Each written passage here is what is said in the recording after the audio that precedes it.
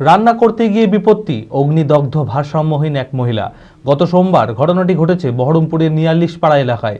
মৃতার নাম শৈখতারা খাতুন। তিনি ভারসাম্যহীন ছিলেন। তড়িঘড়ি তাকে উদ্ধার করে মুর্শিদাবাদ মেডিকেল কলেজ হাসপাতালে ভর্তি করা হলে চিকিৎসাধীন থাকাকালীন এই সোমবার তার সেখানেই মৃত্যু হয়।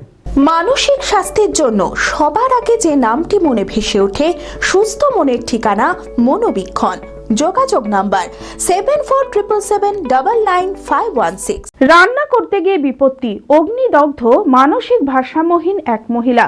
ঘটনাটি ঘটেছে বহরমপুরের ৪৯ পাড়া এলাকায়। মৃতার নাম শৈখতারা খাতুন। তিনি মানসিক ভারসাম্যহীন ছিলেন। জানা যায় গত সোমবার বাড়িতে রান্না করছিলেন তিনি। সেই সময় হঠাৎ করে রান্নার আগুনে অগ্নিদগ্ধ হয়ে তার অবস্থা আশঙ্কাজনক হওয়ায় তড়িঘড়ি তাকে মুর্শিদাবাদ মেডিকেল কলেজ ও হাসপাতালে ভর্তি করা হয়।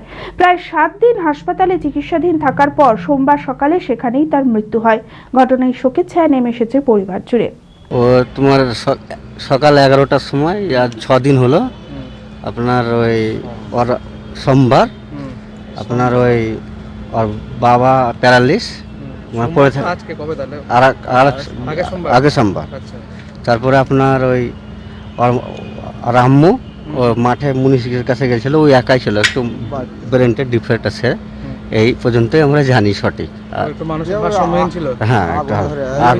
হ্যাঁ আগুন লেগে গেছে রান্না করতে। চঞ্চলতা তার কথায় কথায় জীবনে মিশে রঙ ভরায়, চুপি সারে মনে সে সাদে সবাইকে পাগল করে আমারই মতো আমার নিচের পতাকা। पताका चा गजब का स्वाद।